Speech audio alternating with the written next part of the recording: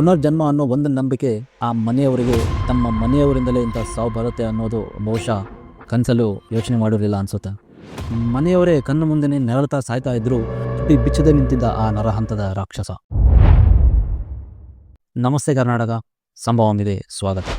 ಒಂದೇ ಕುಟುಂಬದ ಸದಸ್ಯರು ಸಡನ್ ಆಗಿ ಅಸ್ವಸ್ಥರಾಗಕ್ಕೆ ಶುರುವಾಗ್ತಾರೆ, ಅಂದರೆ ಹುಷಾರಿಲ್ದಂಗೆ ಆಗಕ್ಕೆ ಶುರುವಾಗ್ತಾರೆ. ವಿಪರೀತ ಹೊಟ್ಟೆ ನೋವು ಬರೋದು, ಕೂದಲು ಉದುರೋದು, ಕೈಕಾಲುಗಳಲ್ಲಿ ನೋವು ಕಾಣೋಕ್ಕೆ ಶುರುವಾಗೋದು, ದೇಹ ಅಶಕ್ತವಾಗೋದು. ಇದು ಯಾವುದೋ ಫಿಲಮ್ ಸ್ಟೋರಿ ಅಲ್ಲ, ದೆಹಲಿಯಲ್ಲಿ ನಡೆದಂಥ ಒಂದು ಭಯಾನಕ ಸತ್ಯ ಘಟನೆ. ಇದನ್ನು ಕೊನೆಯವರೆಗೂ ನೋಡಿದ್ರೆ ನೀವು ಕೂಡ ಶಾಕ್ ಆಗ್ತೀರಾ. ವರುಣ್ ಅರೋರಾ ಅನ್ನೋ ಒಬ್ಬ ವ್ಯಕ್ತಿಯನ್ನ ದೆಹಲಿಯ ಪೊಲೀಸರು ಮಾರ್ಚ್ 23, 2021 ಅರೆಸ್ಟ್ ಮಾಡ್ತಾರೆ. ಅವನ ಮೇಲೆ ಅವನ ಹೆಂಡತಿಯ ಮನೆಯವರನ್ನ ಕೊಂದಿರುವಂಥ ಆಪಾದನೆ ಇರುತ್ತೆ. ವರುಣ್ ಅರೋರಾ ಏನೋ ಬಡವನಾಗಿರೋದಿಲ್ಲ. ತಿಂಗಳಿಗೆ ಸುಮಾರು 4 ಲಕ್ಷ ರೂಪಾಯಿಯಷ್ಟು ಬರೀ ಬಾಡಿಗೆನೆ ಬರ್ತಾ ಇರುತ್ತೆ. ಅವನೊಬ್ಬ ರಿಯಲ್ ಎಸ್ಟೇಟ್ ಬಿಸ್ನೆಸ್ ಮ್ಯಾನ್. ಇಷ್ಟೆಲ್ಲ ಆಸ್ತಿ ಅಂತ ಇದ್ರೂ ಕೂಡ ಆ ವ್ಯಕ್ತಿಗೆ ತನ್ನ ಹೆಂಡತಿಯ ಮನೆಯವರ ಮೇಲೆ ಅಂಥ ದ್ವೇಷ ಏನಿತ್ತು, ಅವರನ್ನು ಅಷ್ಟು ಭಯಾನಕವಾಗಿ ಸಾಯಿಸೋದಕ್ಕೆ ಕಾರಣ ಆದರೂ ಏನಿತ್ತು? ಈ ವರುಣ್ ಅರೋರಾಗೆ ದೇವೇಂದ್ರ ಶರ್ಮಾ ಅನ್ನೋ ವ್ಯಕ್ತಿಯ ಮೊದಲನೇ ಮಗಳನ್ನ ಕೊಟ್ಟು 2009 ಮದುವೆ ಮಾಡಿರ್ತಾರೆ. ದೇವೇಂದ್ರ ಶರ್ಮಾ ದೆಹಲಿಯ ಇಂದ್ರಪುರಿಯಲ್ಲಿ ವಾಸವಾಗಿರ್ತಾರೆ. ಇವರಿಗೆ 2 ಹೆಣ್ಣು ಮಕ್ಕಳು, ಒಬ್ಬಳು ಪ್ರಿಯಾಂಕಾ ಶರ್ಮಾ, ಇನ್ನೊಬ್ಳು ದಿವ್ಯಾ ಅರೋರಾ ಶರ್ಮಾ. ದೇವೇಂದ್ರ ಶರ್ಮಾ ಅವರ ಹೆಂಡತಿ ಅನಿತಾ ಶರ್ಮಾ. ದೇವೇಂದ್ರ ಶರ್ಮಾ ತಮ್ಮ ಸಹೋದರ ಜೊತೆ ಸೇರಿ ಹೋಮಿಯೋಪತಿಕಲ್ ಲ್ಯಾಬ್ ಪ್ರೈವೇಟ್ ಲಿಮಿಟೆಡ್ ಅನ್ನೋ ಕಂಪ್ನಿಯನ್ನ ನಡೆಸ್ತಾ ಇರ್ತಾರೆ. ಹಾಗೆ ನೋಡಿದ್ರೆ ದೇವೇಂದ್ರ ಶರ್ಮಾ ಮತ್ತೆ ವರುಣ್ ಅರೋರಾ ಇಬ್ಬರು ಕೂಡ ಹಣಕಾಸಿನ ವಿಚಾರದಲ್ಲಿ ಒಳ್ಳೆಯ ಸ್ಥಿತಿವಂತರೇ ಆಗಿರ್ತಾರೆ. 2009 ಮದುವೆಯಾದ ವರುಣ್ ಅರೋರಾ ಹಾಗೆ ದಿವ್ಯಾ ಅರೋರಾ ಶರ್ಮಾಗೆ 2016 ಮಕ್ಕಳೇ ಆಗೋದಿಲ್ಲ. ಕಾಮನ್ ಆಗಿ ಮಕ್ಕಳೇ ಆಗದೇ ಇರೋ ಒಂದು ದಂಪತಿಗೆ ಆಲ್ರೆಡಿ ಅವರು ಒಂದು ರೀತಿಯ ಮಾನಸಿಕ ಹಿಂಸೆಯನ್ನು ಅನುಭವಿಸ್ತಾ ಇರ್ತಾರೆ. ಕೊನೆಗೆ 2017 ಗಂಡ ಹೆಂಡತಿ ಇಬ್ಬರು ಒಪ್ಪಿಕೊಂಡು IVF ಮೂಲಕ ಟ್ವಿನ್ಸ್ ಮಕ್ಕಳನ್ನ ಪಡೀತಾರೆ, ಒಂದು ಗಂಡು ಒಂದು ಹೆಣ್ಣು. ಈ ವಿಚಾರ ಫ್ಯಾಮಿಲಿಯ ಪ್ರತಿಯೊಬ್ಬರಿಗೂ ಖುಷಿಯನ್ನ ಕೊಟ್ಟಿರುತ್ತೆ. ಆದರೆ ವರುಣ್ ಅರೋರಾ ಅವರ ತಾಯಿಗೆ ಇದು ಅಷ್ಟಾಗಿ ಹಿಡಿಸೋದಿಲ್ಲ. ಅವರು ಇದನ್ನ ಅಷ್ಟಾಗಿ ಒಪ್ಕೊಳ್ಳೋಕೆ ರೆಡಿ ಇರೋದಿಲ್ಲ. ಮುಂದೆ 2019 ವರುಣ್ ಅರೋರಾ ಅವರ ತಂದೆ ಚಂದೇರ್ಲಾಲ್ ಅರೋರಾ ಅವರು ಹೃದಯಾಘಾತದಿಂದ ಮರಣವನ್ನ ಹೊಂದ್ತಾರೆ. 2019 ಅವರ ತಂದೆ ಮರಣದ ನಂತರ, ಅಂದರೆ 2020 ದಿವ್ಯಾ ಅರೋರಾ ನ್ಯಾಚುರಲ್ ಆಗಿ ಪ್ರೆಗ್ನೆಂಟ್ ಆಗ್ತಾರೆ. ಸೊ ಇಲ್ಲಿ IVF ಮೂಲಕ ಮಕ್ಕಳನ್ನ ಪಡೆದ ಆದ ಮೇಲೆ ಮೊದಲನೇ ಬಾರಿಗೆ ನ್ಯಾಚುರಲ್ ಆಗಿ ದಿವ್ಯಾ ಅರೋರಾ ಪ್ರೆಗ್ನೆಂಟ್ ಆಗಿರ್ತಾರೆ.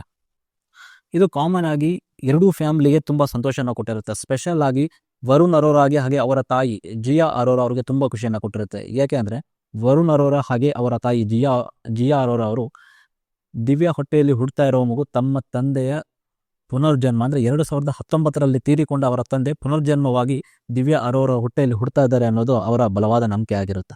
ಈ ಒಂದು ಪುನರ್ಜನ್ಮದ ಒಂದು ನಂಬಿಕೆ ಮುಂದೆ ಎಂತೆಂಥ ಅನಾಹುತಗಳಿಗೆ ಕಾರಣ ಆಗುತ್ತೆ ಅನ್ನೋದನ್ನ ನೀವು ಈ ವಿಡಿಯೋದಲ್ಲಿ ನೋಡ್ತೀರಿ. ಮುಂದೆ ದಿವ್ಯಾ ಅರೋರಾ ಅವರಿಗೆ ಕೆಲವೊಂದಿಷ್ಟು ಹೆಲ್ತ್ ಇಶ್ಯೂಗಳು ಕಾಡಕ್ಕೆ ಶುರುವಾಗುತ್ತೆ. ಸೊ ಡಾಕ್ಟರ್ ಅವರಿಗೆ ಏನು ಸಲಹೆಯನ್ನು ಕೊಡ್ತಾರೆ ಅಂದರೆ, ನೀವು ಈ ಮಗುವನ್ನು ತೆಗೆಸದೆ ಹೋದರೆ ನಿಮ್ಮ ಪ್ರಾಣಕ್ಕೆ ಅಪಾಯ ಬರ್ಬೋದು, ಮಗು ಇಲ್ಲ ತಾಯಿಯ ಪ್ರಾಣಕ್ಕೆ ಅಪಾಯ ಬರೋ ಸಾಧ್ಯತೆ ಇದೆ. ಸೊ ಅವರು ಮಗುವನ್ನು ತೆಗೆಸೋದಕ್ಕೆ ಸಲಹೆಯನ್ನು ಕೊಡ್ತಾರೆ. ದಿವ್ಯಾ ಅರೋರಾ ಶರ್ಮಾ ಇರ್ತಾರಲ್ಲ, ಅವರ ಫ್ಯಾಮಿಲಿ ಅಂದರೆ ದೇವೇಂದ್ರ ಶರ್ಮಾ ಅವರ ಫ್ಯಾಮಿಲಿ ಮಗುವನ್ನು ತೆಗೆಸೋದಕ್ಕೆ ಒಪ್ಕೊಳ್ಳುತ್ತೆ. ಅವರಿಗೆ ತಮ್ಮ ಮಗಳ ಹೆಲ್ತ್ಗಿಂತ ಯಾವುದೋ ದೊಡ್ಡದಲ್ಲ ಅಂತ ಅನ್ಕೋತಾರೆ. ಯಾಕಂದರೆ ಅವ್ರಿಗೆ ಹತ್ರ ಆಲ್ರೆಡಿ ಟ್ವಿನ್ಸ್ ಮಕ್ಕಳು ಇರ್ತಾರೆ, 2 ಮಕ್ಕಳು ಇರ್ತಾರೆ, ಒಂದು ಗಂಡು ಒಂದು ಹೆಣ್ಣು. ಹಾಗಾಗಿ ಅವರು ಈ ಮಗುವನ್ನು ತೆಗೆಸೋದಕ್ಕೆ ಒಪ್ಕೋತಾರೆ. ಆದರೆ ಇದನ್ನ ದಿವ್ಯಾ ಅರೋರಾ ಅವರ ಗಂಡ ವರುಣ್ ಅರೋರಾ ಒಪ್ಕೊಳ್ಳೋದಿಲ್ಲ. ಯಾಕಂದರೆ ವರುಣ್ ಅರೋರಾ ಹಾಗೆ ಅವರ ತಾಯಿ ನಂಬ್ಕೊಂಡಿರ್ತಾರೆ, ಈ ಹುಟ್ಟೋ ಮಗು ಅವರ ತಂದೆಯ ಪುನರ್ಜನ್ಮ ಅಂತ. ಸೊ ಹಾಗಾಗಿ ಅವ್ರು ಯಾವುದೇ ಕಾರಣಕ್ಕೂ ಒಪ್ಕೊಳ್ಳೋದಿಲ್ಲ. ಅವ್ರ ಮಾತು ಯಾವ ರೀತಿ ಇರುತ್ತೆ ಅಂದರೆ, ದಿವ್ಯಾ ಅರೋರಾ ಪ್ರಾಣಕ್ಕೆ ಕೂತು ಬಂದರೂ ಪರವಾಗಿಲ್ಲ, ಬಟ್ ನಮಗೆ ಈ ಮಗು ಬೇಕು ಅನ್ನೋ ಥರ ಅವ್ರ ಮಾತುಗಳಿರುತ್ತೆ. ಸೊ ಇದೇನಾಗುತ್ತೆ, ಮುಂದೆ ದಿವ್ಯಾ ಅರೋರಾ ಅವರ ತಂದೆ ದೇವೇಂದ್ರ ಶರ್ಮಾ ಅವರು ಅವಳ ಗಂಡನ ಪರ್ಮಿಷನ್ ಇಲ್ದೇನೆ ಅವಳಿಗೆ ಅಬೋಷನ್ ಮಾಡಿಸ್ತಾರೆ. ಈ ವಿಷಯ ಅವಳ ಗಂಡ ಮತ್ತು ಅತ್ತೆ ಜಿಯಾ ಅರೋರಾ ಅವ್ರಿಗೆ ತುಂಬಾ ಕೋಪ ತರಿಸುತ್ತೆ. ಯಾಕಂದರೆ ಅವರು ನಂಬ್ಕೊಂಡಿರೋ ಹಾಗೆ ಅವರ ತಂದೆಯ ಪುನರ್ಜನ್ಮವನ್ನು ಇವರು ತಡೆದಿದ್ದಾರೆ ಅನ್ನೋದು ಅವರ ಬಲವಾದ ನಂಬಿಕೆ. ವರುಣ್ ಅರೋರಾನ ಈ ಕೋಪ ಯಾವ ಮಟ್ಟಕ್ಕೆ ಹೋಗುತ್ತೆ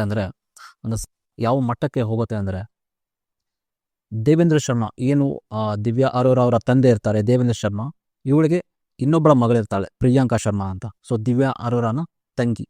ಸೊ ಇವಳು ಲಂಡನ್ನಿಂದ ತನ್ನ ಸ್ಟಡೀಸನ್ನು ಮುಗಿಸ್ಕೊಂಡು ರೀಸೆಂಟಾಗಿ ದೆಹಲಿ ಬಂದು ಸೆಟ್ಲ್ ಆಗಿರ್ತಾರೆ ತಂದೆ ತಾಯಿ ಜೊತೆಗೆ. ಒಂದಿನ ಏನಾಗುತ್ತೆ, ಇದ್ದಕ್ಕಿದ್ದಂತೆ ಪ್ರಿಯಾಂಕಾ ಶರ್ಮಾಳ ಕಾಲು ನೋವು ಶುರುವಾಗುತ್ತೆ.